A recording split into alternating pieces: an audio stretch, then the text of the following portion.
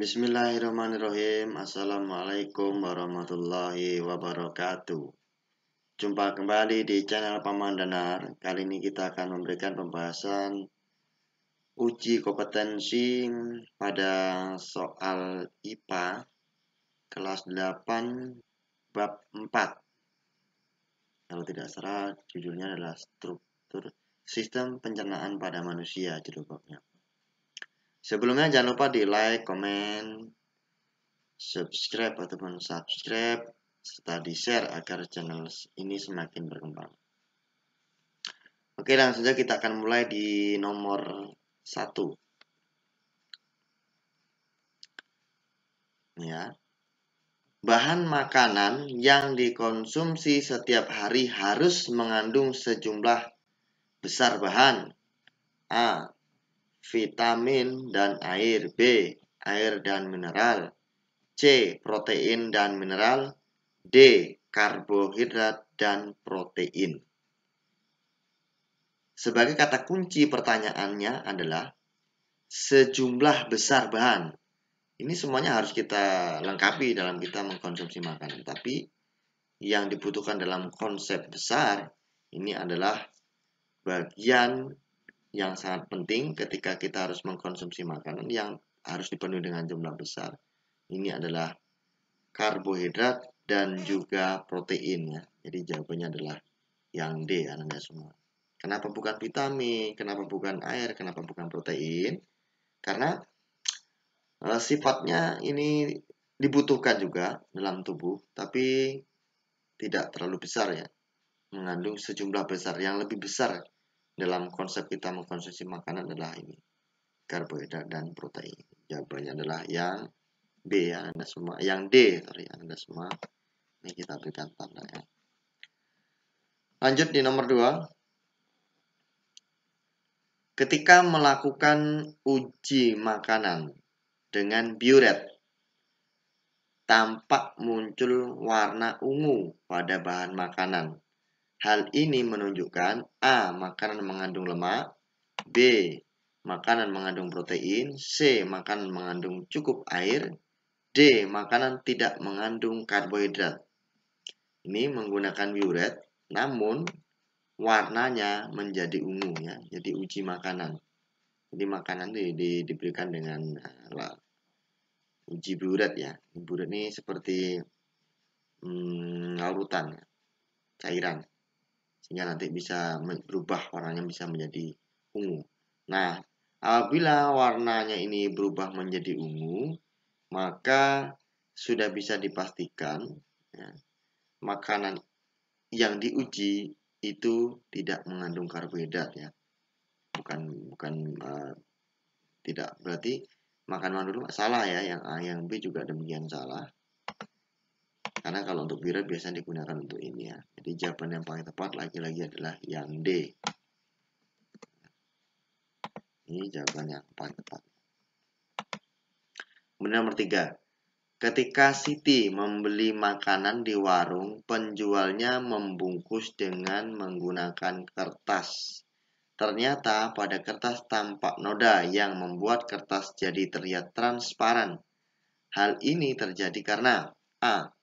Karbohidrat dari makanan bereaksi dengan kertas. B. Lemak dalam makanan tersebut mengubah sifat kertas. C. Kertas tidak cocok untuk pembungkus makanan berprotein tinggi. D. Makanan tersebut sudah kadaluarsa karena mengubah sifat kertas. Ini kalau ada makanan dibungkus dengan kertas dan kertasnya itu bisa menjadi transparan, ini membuktikan bahwa makanan yang kita beli itu biasanya banyak minyaknya ya. Nah, minyak itu biasanya kandungannya berarti paling banyak di bagian minyak itu biasanya banyak. Kalau beli gorengan biasanya bisa transparan ya biasanya. Tapi ini tidak disebutkan belinya apa. Maka ini jika transparan sudah bisa dipastikan kalau jawaban A ini salah. Kenapa? Karbohidrat tidak mempengaruhi kertas ya. Tidak bisa menimbulkan transparan. Kemudian protein juga demikian salah. Ini yang D, kadaluarsa. Kadaluarsa tidak demikian. Maka jawaban yang paling tepat nomor 3 adalah yang D ya, karena adanya lemak sehingga kertas itu bisa transparan. Oke, lanjut di nomor 4. Ada semua. Seseorang yang hanya mengkonsumsi nasi saja dalam menu makanannya menjadi tidak sehat karena A.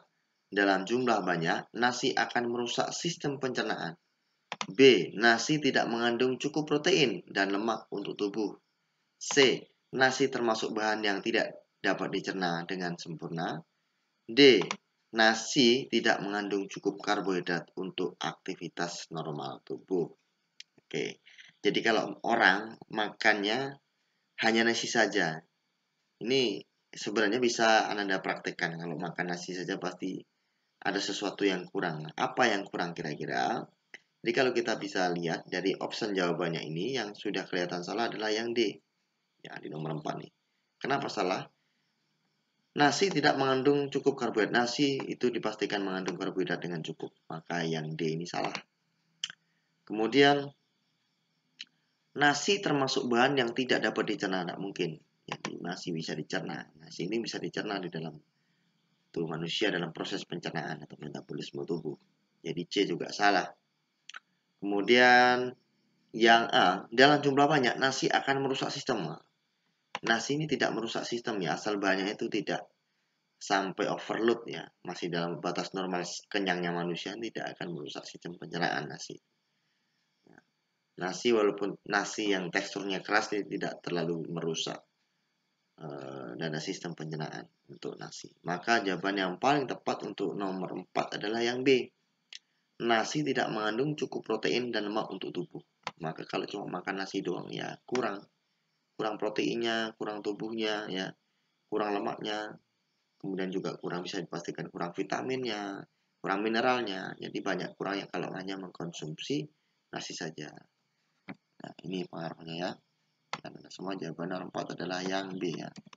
Kita hapus biar jelas jawabannya. Oke, lanjut di nomor 5.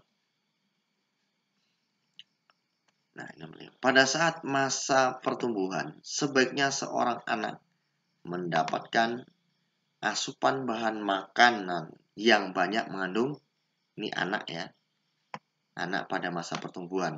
Maka paling bagus supaya pertumbuhannya itu bagus, baik, makanan yang dikonsumsi itu banyak mengandung apa? A. Lemak, B. Protein, C. Mineral, D. Karbohidrat.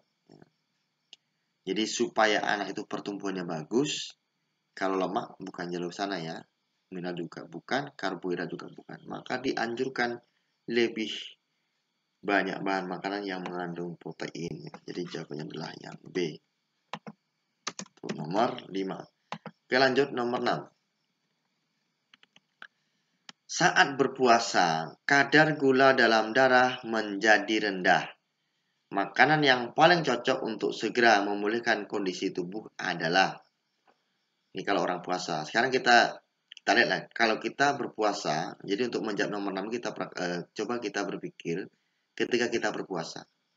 Ketika kita berpuasa, kita lebih dominan itu lebih rasanya tuh ingin berbuka dengan yang manis-manis dan juga yang segar. Kenapa? Karena kita memerlukan kadar gula. Ya. Karena apa? Kadar gula ke dalam rendah ketika kita puasa itu memang sangat menurun. Maka kita harus meningkatkan agar kondisi tubuh menjadi normal kembali ya. Nah, ini pilihannya adalah A. Daging, B. Putih telur, C. Air gula, D. Kuning telur.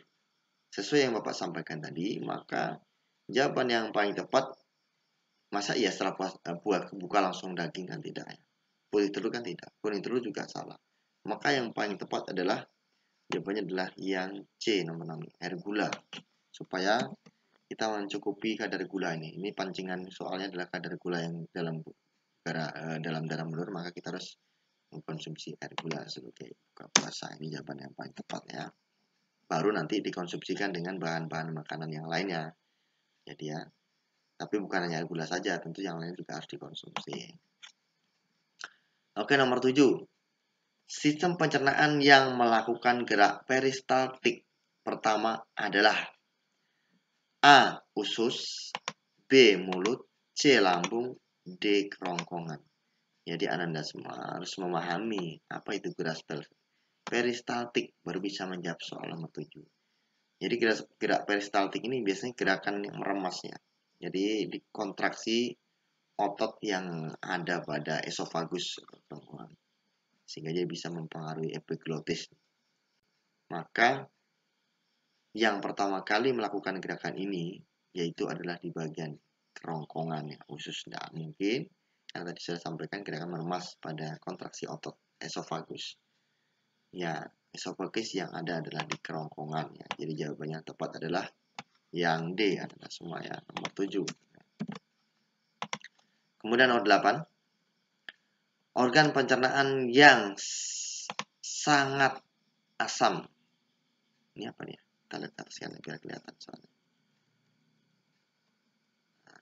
Organ pencernaan yang bersifat sangat asam bertugas untuk membunuh bakteri dan mencerna protein adalah A. Mulut, B. Lambung, C. Usus halus, D. Usus besar.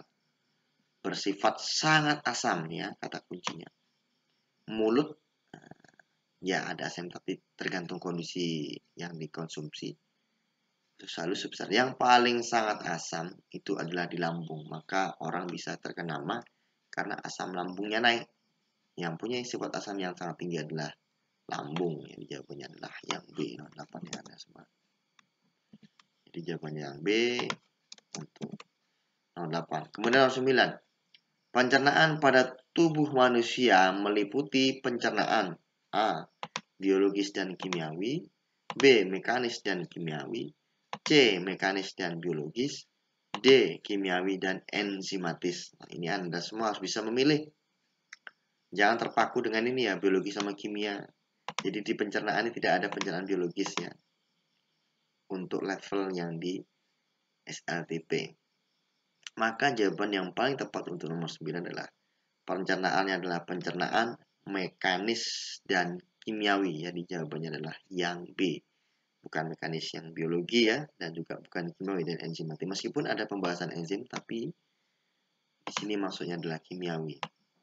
Mekanis ini hanya pemecahan biasa, kimiawi bersama dengan enzim atau bahan kimia. Jadi jawabannya adalah yang B, nomor 9. Nomor terakhir, nomor 10. Proses pemecahan karbohidrat dalam tubuhmu terjadi pada A. Mulut dan lambung, B. Mulut dan usus halus, C. Lambung dan usus halus, D. Usus halus dan usus besar.